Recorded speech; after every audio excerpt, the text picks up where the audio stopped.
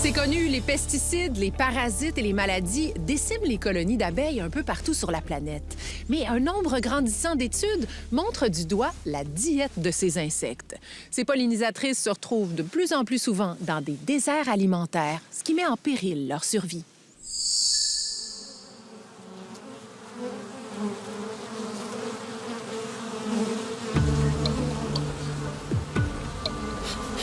Ces employés préparent des milliers d'abeilles à aller au combat. La bourdonnante armée aura pour mission d'envahir des champs à ses risques et périls. L'apiculteur Raphaël Vacher prend soin de renforcer les lignes de défense. Tu vois, ici, on a une colonie qui est plus faible que celle-ci. C'est que là, ce que je vais faire, c'est que je vais retirer 2 cadres pour la rendre sensiblement de la même force que l'autre qui est juste à côté. Il s'assure également d'avoir le nombre requis de ruches pour son client, un producteur de bleuets de la région. 123, 127, 129... Auparavant, c'était majoritairement des abeilles sauvages qui fécondaient les plants d'une multitude de cultures. En butinant, elles transportaient le pollen d'une fleur à l'autre. Mais depuis l'industrialisation de l'agriculture, leur nombre a considérablement diminué. Certains apiculteurs ont pris le relais avec des abeilles domestiques qu'ils louent le temps de la floraison. Dans les bleuetières, la pollinisation commerciale augmente la mise à fruit de 70 à 100 %. Mais la pratique est loin d'être aussi profitable pour la santé des abeilles, car les bleuetières sont de vastes monocultures. C'est un peu comme l'humain qui, pendant plusieurs années, mangerait que la même chose. Après quelques semaines seulement, il y aurait déjà des problématiques alimentaires, il y aurait déjà des carences de protéines. C'est la même affaire pour l'abeille. C'est certain que ça amène un affaiblissement du système immunitaire. Il faudrait tout revoir le modèle agroalimentaire partout dans le monde. Entre-temps, et on n'a pas le choix, il faut y aller avec les abeilles. Et c'est pour ça qu'on veut trouver des mesures pour les aider dans leur travail. Cette étudiante en biologie, qui est également apicultrice, s'est penchée sur l'impact de la pollinisation commerciale sur les abeilles. Elle a comparé l'état de santé de plusieurs colonies. Un premier groupe dans un milieu agricole dont la flore était diversifiée, un second dans une cannebergière et un dernier dans une bleuetière. Première constatation, dans les champs de bleuets, même s'il y a suffisamment de nectar, il n'y a pas assez de pollen, donc de protéines, pour nourrir les abeilles. On a vu que le développement du couvain, qui sont en fait les œufs, les larves que la reine pond, diminuait. Et c'était significatif. Parce que si la colonie n'est pas en mesure de reprendre ce développement-là, on a des colonies moins fortes, puis l'hiver arrive et c'est la catastrophe. Ça nous met aussi un énorme stress sur les épaules parce qu'à chaque année, on prend des ententes avec les producteurs de bleuets pendant l'hiver. Puis quand on arrive au printemps, on s'attend à avoir un certain nombre de ruches. Et là, tout à coup, oups, on se rend compte qu'on n'a pas le nombre de ruches qu'on voulait. Raphaël Vacher perd de 20 à 25 % de ses abeilles, parfois même 40 % durant l'hiver. Par la suite, les colonies se renouvellent en 40 jours si leur état de santé le permet. Au printemps, l'apiculteur prépare donc ses nouvelles recrues à affronter la saison de pollinisation en leur donnant des galettes de protéines, des vitamines et des minéraux. Est-ce que ça amène réellement une différence? C'est là que je suis pas certain. Je le fais, mais j'ai aucune certitude.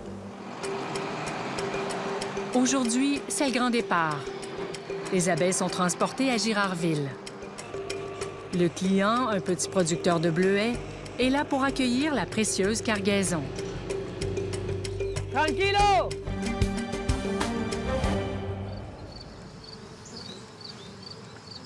Le lendemain matin, les abeilles sont à l'œuvre. La saison de pollinisation coûte 15 000 $ aux producteurs. Oui, c'est une grosse dépense, mais ces ruches sont vraiment bonnes, là. On les voit, là. Ça fait que...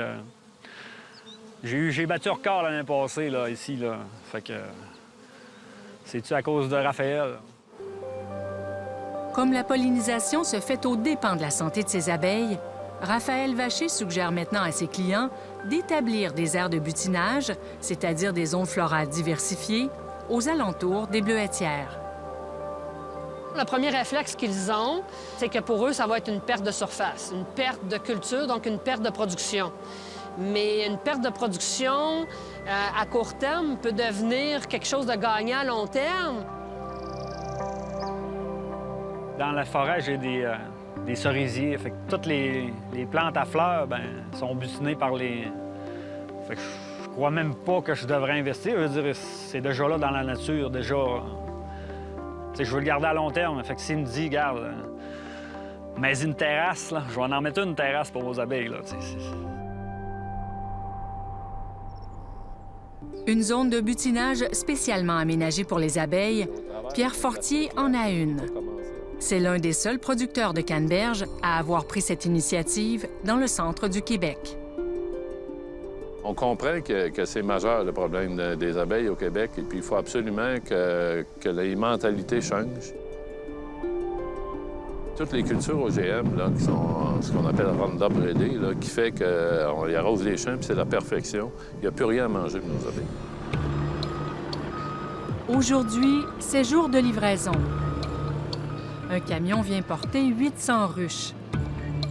L'apiculteur Cyril Lapéry teste une nouvelle formule pour améliorer la santé de ses abeilles.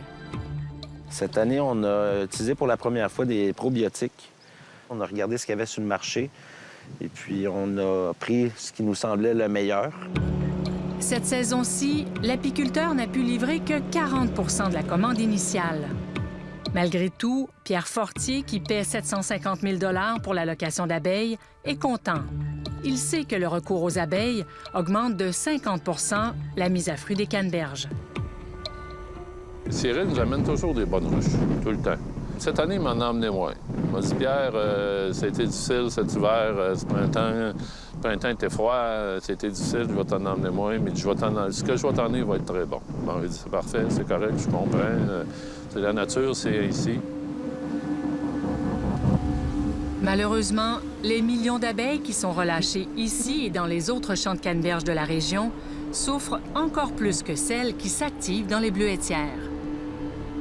Les plus mal en point, et c'était d'ailleurs une de nos hypothèses, c'était celle qui était allée en canneberge. Non seulement il n'y a pas eu d'entrée de nectar, mais les abeilles devaient aller dans leurs réserves et puis ont vidé leurs réserves. Et c'est vraiment la disette. Elles n'ont plus de carburant, il n'y a plus rien qui rentre.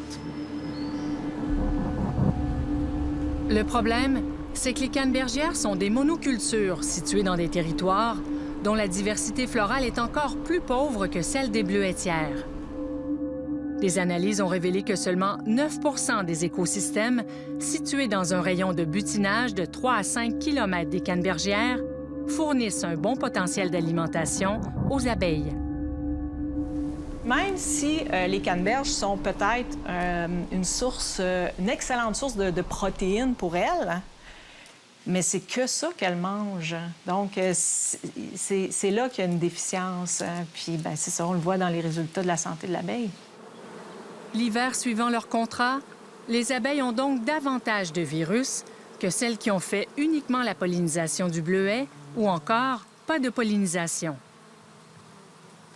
On va sortir des canneberges, bien là, on va être sur une ruche qui est en pente descendante et non en pente montante. Donc, pour la production de miel, c'est un impact presque immédiat. C'est difficile, on voit jamais le bout du tunnel, dans le fond, parce que le but ultime, c'est nous, ce qu'on fait en premier de tout, c'est la production de miel.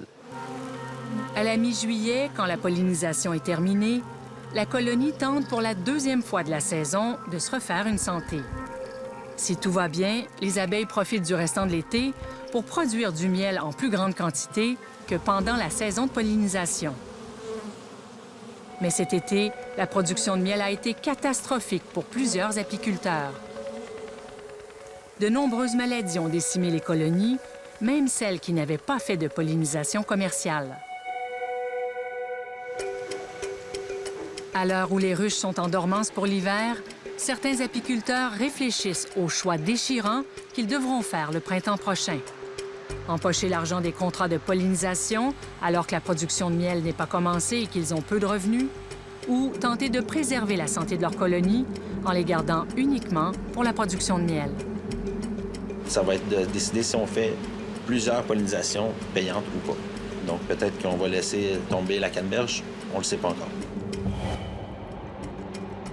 Je connais des gros apiculteurs qui sont en train d'abandonner. Je connais plusieurs petites fermes, des petits apiculteurs aussi qui arrivent à la même conclusion, là, que dans le contexte mondial économique dans lequel on est, ça devient très difficile de rentabiliser nos entreprises.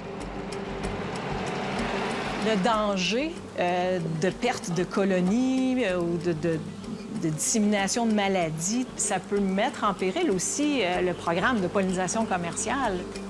Est-ce qu'on est capable de trouver une façon de bien sustenter les apiculteurs qui vont en pollinisation commerciale pour qu'ils soient capables de faire ça à long terme?